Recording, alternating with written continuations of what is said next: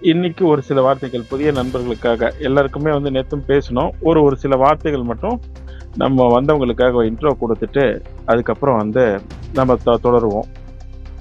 Network global association நேரடி பொருள் விற்பனையாளர்கள் நலச்சங்கம் எதற்காக உருவாக்கப்பட்டது எனக்குரிய கேள்விக்கு, உறுப்பினருடைய நலனை பிரதானமாக கொண்டு உருவாக்கப்பட்டது தான் நெட்வொர்க் குளோபல் அசோசியேஷன். அந்த உறுப்பினர்கள் வந்து நேரடி பொருள் விற்பனையாளர்கள் தமிழ்ல.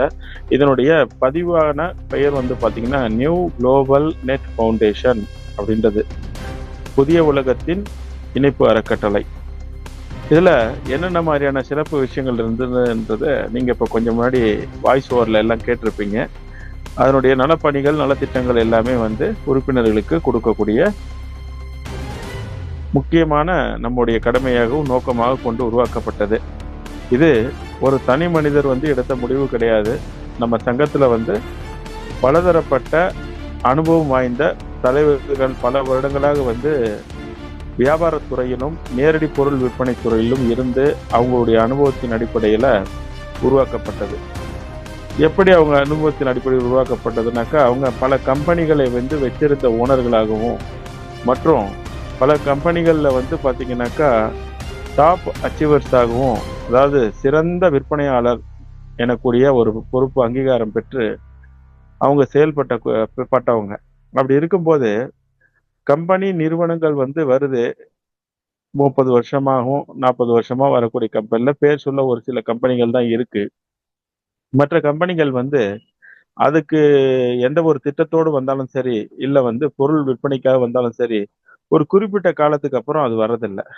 அப்போ தொடர்ந்து ஒரு கம்பெனி ரன் ஆகணும் அப்படின்னாக்கா, இதை யார் வந்து விருப்பப்பட்டு தொடங்குனாங்களோ, அதாவது யார் விருப்பப்பட்டு தொடங்குனாங்களோ, மக்களுக்கு உதவி செய்யணும், தானும் உயரணும், மத்தவங்களும் உயர்த்தணும்னு கூடிய ஒரு உயர்ந்த லட்சியம் கொண்டவங்க வந்து பாத்தீங்கன்னா இந்த நேரடி பொருள் விற்பனையாளர்கள். இவங்கள வந்து பாத்தீங்கன்னாக்கா சமூக பொறுப்போடு பயணம் செஞ்சுட்டு இருக்கவங்க இவங்க முக்கியமான பணியாற்றிட்டு இருக்காங்க. ஏன்னா வேலை வாய்ப்பு உண்டாக்கி தர்றதும் மற்றும் சமுதாயத்துல வந்து எல்லாருக்குமே எல்லாமே கிடைக்கிற மாதிரியான ஒரு விஷயத்த வந்து அவங்க இதற்கு முன்னாடியே அவங்க செஞ்சுட்டு இருக்காங்க.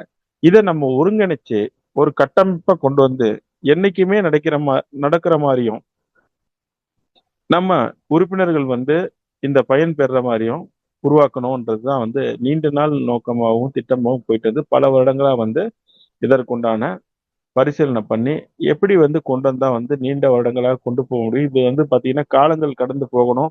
உறுப்பினர்கள் பயன் வந்து பிரதானமானது, அது வந்து அவங்களுக்கு போய் சேரணும். மற்றும் வியாபாரத்திற்காகவும் பணம் தேவைன்றது எல்லாருக்குமே இருக்கு. ஆனா அது முறையான ஒரு நெறிப்படுத்தப்பட்ட வழிமுறையில கிடைக்கும் போது அது சரியான வழிகாட்டுதலா இருக்கணும். அதை எப்படி அமைக்கலான்றத கூடி பேசும்போது, சரி எப்போ வந்து ஒரு சங்கமாக உருவாக்கி அந்த சங்கத்தின் அடிப்படையில வந்து எல்லாருக்குமே எல்லாமே கிடைக்கணும். சம உரிமையும் சம உரிமையும் சமத்துவமும் மேலோங்கணும். சகோதரத்துவத்தோட இணைந்து செயல்படணும். பாகுபாடு இருக்கக்கூடாது அப்படின்னக்கூடிய கருத்துக்கள்லாம் மேலோங்கிச்சு. அப்போ அந்த கருத்துக்களுடைய அடிப்படையில அரசினுடைய திட்டங்கள்ல இந்த மாதிரி சங்க கூட்டுறவு அசோசியேஷன் கூடியதுக்கெல்லாம் வந்து நிறைய சட்டதிட்டங்களும் வழிகாட்டுதலும் இருந்தது. அத வழிகாட்டுதலை நம்ம வந்து எடுத்துக்கிட்டு, சரி நம்மளுடைய உறுப்பினர்களுக்கு வந்து எல்லாருக்குமே எல்லாமே கிடைக்கிற மாதிரியும், எல்லாருமே வந்து பாத்தீங்கன்னாக்கா எவரி மெம்பருக்கு ஈக்குவல் ரைட்ஸ் வர மாதிரி நம்ம செயல்படணும். ஒருத்தருமே வந்து சுழற்சி முறையில வந்து ஓட்டு போட்டு தேர்ந்தெடுக்கப்படணும். மக்களாட்சி வந்து இங்க வந்து மலருது. மக்களாட்சி முறைப்படி வந்து அவங்க ஓட்டு போட்டு தேர்ந்தெடுக்கப்பட்டு, நம்ம எந்த நலத்திட்டத்திற்காக இந்த சங்கத்தை உருவாக்கணுமோ, அது வந்து தொடர்ந்து நடைபெற்றுட்டே வரணும். இந்த சங்க பணிகளை யார் ஒருத்தர் வந்து தொடர்ந்துட்டு இருக்காங்க, அவங்களால தொடர முடியாத பட்சத்துல இதர உறுப்பினர்கள் 2ஆம் கட்டம் இருக்கிறவங்க வந்து முதல் கட்டத்துல அவங்க தலைமை ஏத்து வந்து அவங்க செய்யறதுக்கு உண்டான வழிவகைகளை நம்ம கொண்டு வந்து செஞ்சா மட்டும்தான் இது நூற்றாண்டுகள் கடந்து போகும் அப்படின்னு கூடிய ஒரு விஷயத்த தீர்மானம் பண்ணி அரசாங்க அனுமதிக்காக வந்து அப்ளை பண்ணதுல, அப்போ இது வந்து அகில உலக அளவில் செய்யணும்னு சொல்லிட்டு ஒரே முடிவா வந்து முதல் கட்டமாவே எடுத்தாச்சு. செய்யும் போதே வந்து பாத்தீங்கன்னாக்கா உலகளாவிய அளவுல நம்முடைய நண்பர்களும் சகோதரர்களும் நிறைஞ்சிருக்காங்க. அப்படி இருக்கக்கூடிய பகுதியில அவங்களை எல்லாத்தையும் இணைக்கிற மாதிரி நம்ம வடிவமைப்பு கொண்டு வரணும். அப்போ இந்திய அரசாங்கத்தினுடைய அனுமதியோட இந்தியா முழுக்க செய்யறதுக்கு உண்டான அனுமதி வாங்கிட்டாக்கா அது வந்து மற்ற நாடுகளுக்கு போறது அந்த நாட்டினுடைய சட்டத்திட்டத்துக்கு தகுந்த மாதிரி கொண்டு போகலாம் அப்படின்னும் போது அவங்க வந்து இதே மாதிரி நீங்க என்ஜிஓ ஆக்ட் என்ஜிஓ ஆக்ட் பிரகாரம் நீங்க பொதுநல சேவை எந்த ஒரு தனியான ஒரு ஸ்பெசிபிக்கான உங்களுக்கு ஒரு நோக்கம் இருக்கணும் சங்கம் உருவாக்கணும்னா யாருக்காக செய்றீங்க எதற்காக செய்றீங்க அப்படின்றத நீங்க வந்து தனியா வந்து அதனுடைய தனித்துவம் இருந்ததுனாக்கா உங்களுக்கு அந்த அலகேட் கிடைக்கும் அப்படின்னாங்க. அதுல வந்து எந்த விதத்திலும் லாபம் வந்து நோக்கமா இருக்கக்கூடாது. பொருள் ஈட்டுவது லாப நோக்கமா இருக்கக்கூடாது. அப்படி இருந்தா நீங்க கம்பெனியா மட்டும்தான் அதை ரன் பண்ணணும். பொது சேவையும் மக்கள் பணியும் நீங்க உங்க உறுப்பினருடைய நலன் அப்படின்னும் பட்சத்துல அது வந்து தன்னார்வ தொண்டு நிறுவனமா வரும் அப்படின்ற மாதிரி கொண்டு வந்து அதற்கு வழிகாட்டியா இந்தியா ஃபுல்லா செய்யறதுக்கு ஒரே பதிவு போதும்னாங்க. அந்த பதிவு தான் வந்து செக்ஷன் 8 கம்பெனின்னு சொல்லிட்டு ஸ்பெஷல் ஆக்ட். இந்த ஸ்பெஷல் ஆக்ட் வந்து மத்திய அரசாங்கத்தினுடைய ஒரு அமைப்புல வந்து நமக்கு கிடைச்சிருக்கு. இந்த செக்ஷன் 8 கம்பெனில வந்து யார் யாரெல்லாம் இருக்காங்க அப்படின்னாக்கா உங்களுக்கு எல்லாருக்கும் தெரிஞ்சதுதான். ரிலையன்ஸ் கம்பெனி வந்து செக்ஷன் 8ல இருக்கு. ரிலையன்ஸ், டாடா மற்றும் வந்து பாரதி மெட்டல் இந்த மாதிரி பெரிய பெரிய கம்பெனிஸ் எல்லாமே இருக்காங்க. அவங்க வந்து சோசியல் ஆக்டிவிட்டீஸுக்கு இந்த கம்பெனி வச்சு பண்ணிட்டு இருக்காங்க. பப்ளிக் செக்டர்ல வந்து ஷேர் சர்டிபிகேட் கொடுக்கறதுக்கு அதற்குன்னு சொல்லிட்டு ஒரு நிறுவனம் இதனுடைய பிசினஸ் செய்யக்கூடிய நிறுவனத்து மூலியமா வந்து பாத்தீங்கன்னா பொதுமக்களுக்கு பிஎஸ்சி என்எஸ்சி மூலியமா வந்து ஷேர் சர்டிபிகேட் வந்து அவங்க கொடுக்குறாங்க. அது மூலியமா மக்கள் வாங்கி பயனடைகிறாங்க.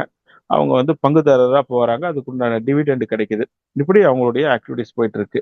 அந்த வரக்கூடிய இதெல்லாம் வந்து பாத்தீங்கன்னாக்கா அவங்க வந்து பிசினஸ்ல வந்து இன்வெஸ்ட் பண்றாங்க. அதுக்குண்டான டிவிடெண்டா ஒரு ஒருத்தர் கொடுத்துருக்காங்க. இது அவங்களுடைய ஆக்ட். எதற்காக இந்த இதை சொல்லதுனாக்கா நம்ம செக்ஷன் 8 கம்பெனியுடைய ஒரு முக்கியத்துவத்தை சொல்றதுக்காக தான் சொன்னது. ஏன்னா இந்த ஒரே ஒரு லைசன்ஸ் மூலியமா நம்ம தமிழகம் கடந்து இந்தியாவினுடைய எல்லை பரப்பு எங்கெங்க இருக்கோ அங்க அனைத்துமே நம்மளுடைய தொண்டுகளும் சேவைகளும் உறுப்பினர்களுடைய சேர்க்கைகளும் செய்ய முடியும் அப்படின்றதுக்காகத்தான் இந்த செக்ஷன் 8 கம்பெனி. ஏன்னா அதை பத்தி சொல்லுங்க மீட்டிங்ல அப்படின்னு சொல்லிட்டு சொல்லியிருந்தாங்க. ஏன்னா புதிய நண்பர்கள்லாம் வந்துட்டு இருக்காங்க. செக்ஷன் 8 பத்தி கொஞ்சம் ஒரு சில வார்த்தைகள் வந்து நீங்க தொடங்கும் போதே அதை பத்தி சொல்லிடுங்க. சங்கம் வந்து எந்த இதுல வந்து ரெஜிஸ்டர் ஆயிருக்கு என்ன அப்படின்றத நான் சரிங்க ஒரு சில நிமிடங்கள் வந்து அதை பத்தி சொல்றேன்னு சொல்லியிருந்தேன். அப்போ அந்த செக்ஷன் 8 பத்தி நீங்க மேலும் விவரங்கள் தெரிஞ்சுக்கணும் அப்படின்னாக்கா கூகுள் சர்ச்லயே நீங்க போட்டு பார்க்கலாம். Section 8 company, Indian section 8 company bylaw activities அப்படிலாம் நீங்க போட்டீங்கன்னாக்கா அதனுடைய விவரங்கள் எல்லாமே வந்துடும். இதற்கு 18G 12A போன்ற சலுகைகளும் இருக்கு, வரி சலுகைகளும் இருக்கு. நம்ம வந்து டொனேஷனும் கொடுக்கலாம், டொனேஷனும் வாங்கிக்கலாம். இந்த சங்கத்துக்கு யாராவது டொனேஷன் கொடுத்தா கூட வந்து பாத்தீங்கன்னா அவங்களுக்கு வரி சலுகையும் கிடைக்கும். அப்படி பலதரப்பட்ட விஷயங்களை கொண்டது இந்த நலச்சங்கம். இந்த நலச்சங்கத்தை பொறுத்த வரைக்கும் உறுப்பினர்களை வந்து அமைச்சு அவங்கள வந்து தலைமைத்துவத்துக்கு கொண்டு வரதுக்கு முன்னாடி நலச்சங்கத்துல வந்து பொதுக்குழு செயல்குழு ரெண்டு விஷயத்த உண்டாக்குறோம். பொதுக்குழுல வந்து வரக்கூடிய உறுப்பினர்கள் அனைவரும் பொதுக்குழுல வந்துருவாங்க. பொதுக்குழுல இருந்து செயல்படுறவங்க எல்லாமே செயற்குழுக்கு வந்துருவாங்க. இப்படி செயற்குழுல இருந்து தேர்ந்தெடுக்கப்பட்டு அவங்க தலைவர் செயலாளர் கூடிய பொறுப்பு வந்து அவங்களுக்கு கொடுக்கப்படும். அந்த பொறுப்புக்கு உண்டான என்னென்ன நடத்தைகள் என்னென்ன ஆக்டிவிட்டிஸ்ன்றது கவர்மெண்டினுடைய பைலாவும் வழிகாட்டுதலும் சங்கத்தினுடைய தீர்மானம் போட்ட சுற்றறிக்கையும் அவங்களுக்கு கொடுக்கப்படும். அதன் அடிப்படையில் வந்து அவங்க செயல்படுவாங்க.